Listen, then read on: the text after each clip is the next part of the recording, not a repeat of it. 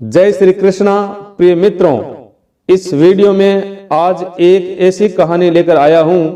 इस कहानी को सुनकर आपको एक बहुत बड़ी सीख मिलेगी और आप अपने जीवन में कभी मायूस नहीं रहेंगे।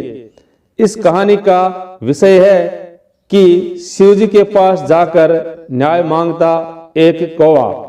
प्रेरणादायक कहानी।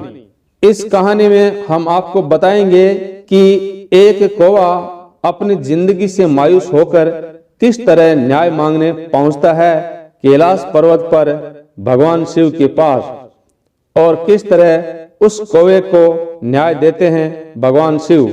तो आइए जानते हैं इस कहानी के माध्यम से।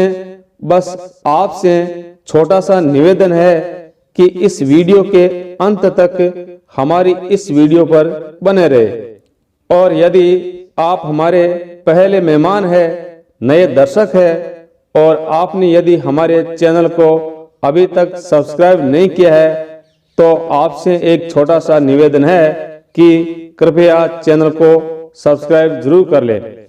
प्रिय मित्रों, आइए अब आपका कीमती समय नष्ट ना करते हुए कहानी शुरू करते हैं। प्रिय मित्रों, एक समय की बात है, एक कौवा एक वृक्ष की डाल पर बैठा था एवं उसी वृक्ष पर एक कोयल भी बैठी हुई थी।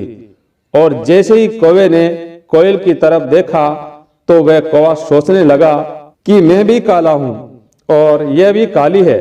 इसके रंग में और मेरे रंग में कोई अंतर नहीं है, फिर भी लोग इससे इतना प्रेम करते हैं, एक जगह खड़े होकर इसकी आवाज सुनते हैं और हमें लोग पत्थर मारते हैं।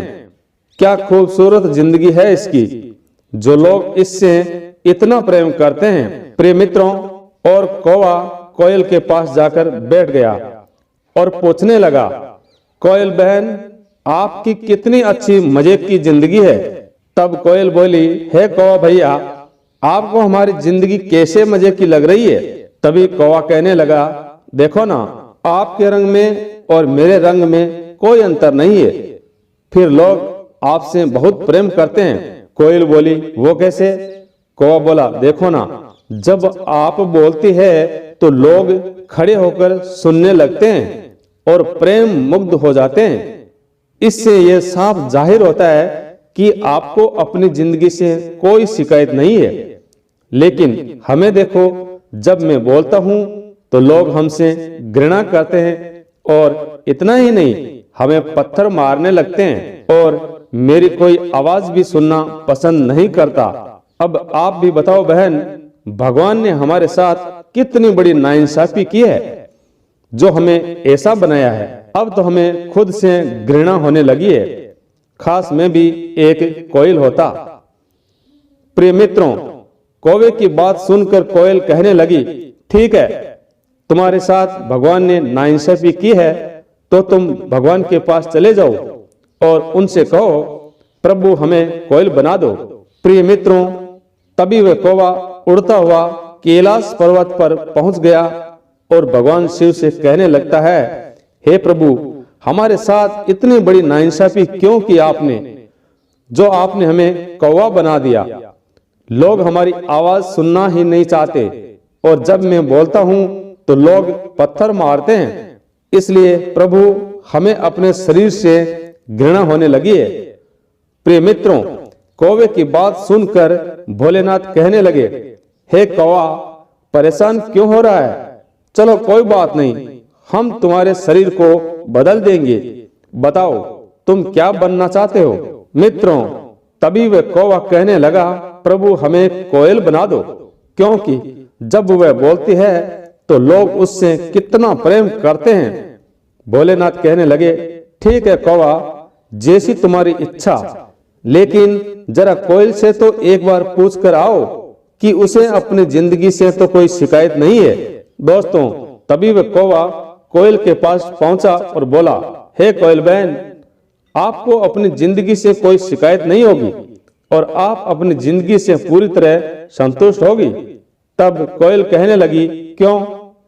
तब कौवा बोला, क्योंकि मैं भी कोयल बनना चाहता हूं। मित्रों, कौवे की बात सुनकर कोयल कहने लगी, कौवा भैया, जो तुम सोच रहे हो वो मैंने भी एक दिन सोचा कि मैं मीठा बोलती हूँ तो क्या हुआ, परंतु देखने में मैं भी तो काली हूँ। कौवा बोला, बहन मैं कुछ समझा नहीं। तभी कोयल कहने लगी, हे कौवा भैया, अरे हम लोगों से तो हंस अच्छा है, जिसका रंग सफेद है, जो देखने में कितना सुंदर लगता है, अतः कितनी मजे की उसकी जिंदगी होगी। मित्रों, कौवे ने कोयल की बात सुनी और सुनते ही फिर से शिव जी के पास पहुंच गया और बोला, हे प्रभु, आप मुझे कोयल ना बनाकर एक हंस बना दो। भगवान शिव बोले, ठीक है कौवा, हम तुम्हें हंस बना देंगे, परंतु जरा एक बार हंस से तो पूछ कर आओ कि उसे भी अपनी जिंदगी से कोई शिकायत तो नहीं है। प्रिय मित्रों, कौवा हंस के पास पहुंचा और बोला, हे हंस भैया, क्या आपकी मजे की जिंदगी है?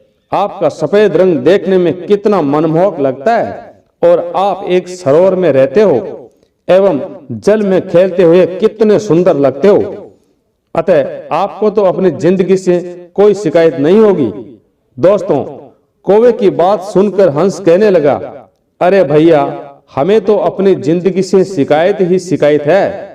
कौवा बोला, वो कैसे?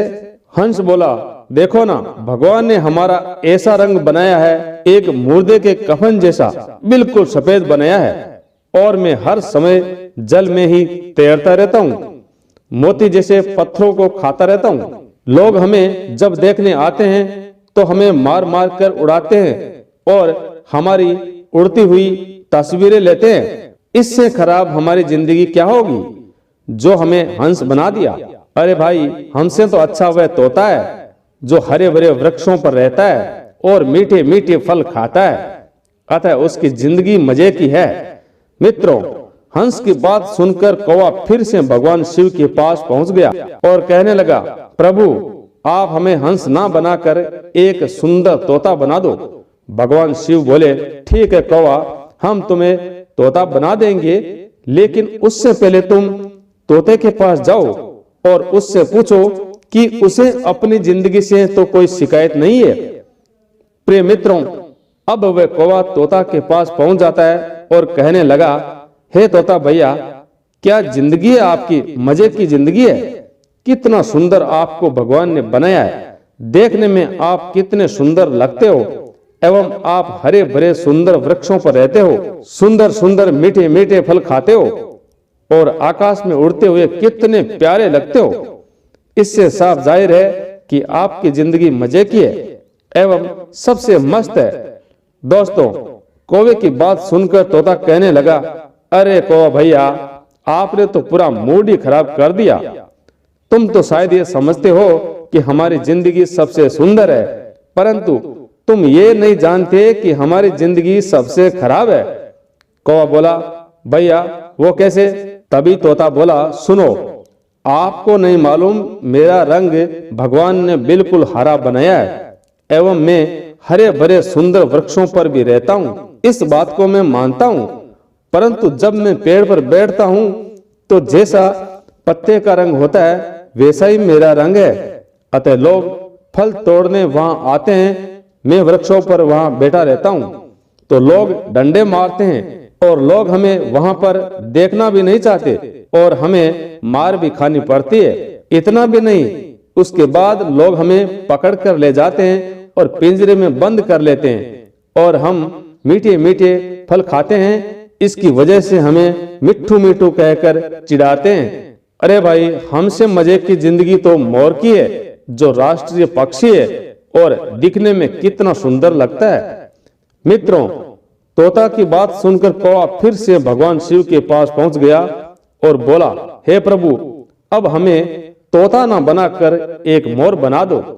भोलेनाथ बोले, ठीक है कौवा, हम तुम्हें मोर बना देंगे, परंतु एक बार जरा मोर से तो पूछ लो कि उसे अपनी जिंदगी से कोई शिकायत तो नहीं है।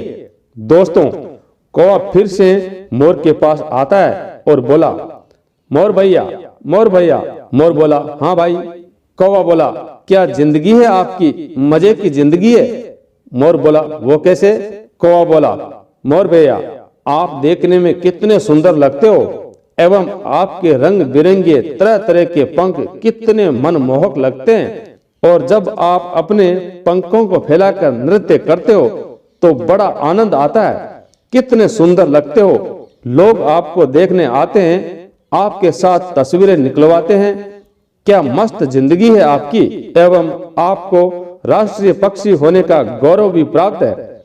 मित्रों, कौवे की बात सुनकर मोर बोला, अरे कौवा, क्या पागल हो गया है? तू हमारी जिंदगी मजे की समझता है? कौवा बोला, बिल्कुल। दोस्तों, तभी मोर समझाते हुए कहने लगा, तुम्हें नहीं मालूम हमारी जिंदगी कितनी बेकार है। कौवा बोला, वो कैसे? मोर बोला, अरे भाई, तुम जो ये कह रहे हो कि हमारी जिंदगी मजे की है, मस्त है, माना कि हम देखने में सुंदर लगते हैं, हमारे पंख सुंदर लगते हैं, हमें राष्ट्रीय पक्षी का दर्जा भी दिया गया है, लेकिन इतनी सुंदर पंखों को देखकर लोग हमारे पीछे भागते हैं। और जब मैं नृत्य करता हूँ तो लोग हमारी तस्वीरें निकालते हैं, परंतु छिपकर हमें पकड़ते हैं और हमारे पंखों को उखाड़ते हैं और ले जाकर बाजार में बेचते हैं। इतना भी नहीं, इन्हीं पंखों की चाहत में कुछ लोग हमारी हत्या भी कर देते हैं। कौवा भैया, तुम्हें नहीं मालूम हमारी सुंदरता ही हमारी जान की दुश्मन है। मोर बोला, कौवा भैया, सच कहूं तो सबसे मजे की जिंदगी तो तुम्हारी है और तू अपनी जिंदगी से परेशान हो रहा है। अरे तुम देखो अपने आप को कि तुम्हारी जिंदगी कितनी आजादी की है। तुम स्वतंत्र हो, तू जहां मर्जी वहां बैठे, तुम्हें पकड़ने के लिए कोई नहीं भागता, तुमसे कोई मतलब नहीं रखता। अतः तुम सबसे मजे की जिंदगी जी रहे हो। जिंदगी जीना है तो तुम्हारे जैसी हो, इसलिए तू जैसा भी है वैसा ठीक है, अपनी जिंदगी से मायूस ना हो। मित्रों, मोर की सारी बात कौवे के दिमाग में अच्छी तरह से उतर गई और कौवा भगवान शिव के पास कैलाश पर्वत फिर से पहुंच गया और बोला, हे प्रभु, माफ करना, हम जैसे भी है अपने इस शरीर से संतुष्ट है। और कौवा भगवान शिव को प्रणाम कर वहां से चला आता है। मित्रों, इस कहानी से हमें ये सीख मिलती है कि कभी भी अपने जीवन की, अपने शरीर की किसी और से तुलना मत करो। भगवान ने जैसा भी हमें बनाया है सोच समझकर एवं अच्छा ही बनाया है। फिर दूसरों को देखकर जलना क्यों? दूसरों को देखकर हमारे मन में उदासी क्यों? दूसरों के धन दौलत से हमें जलन क्यों?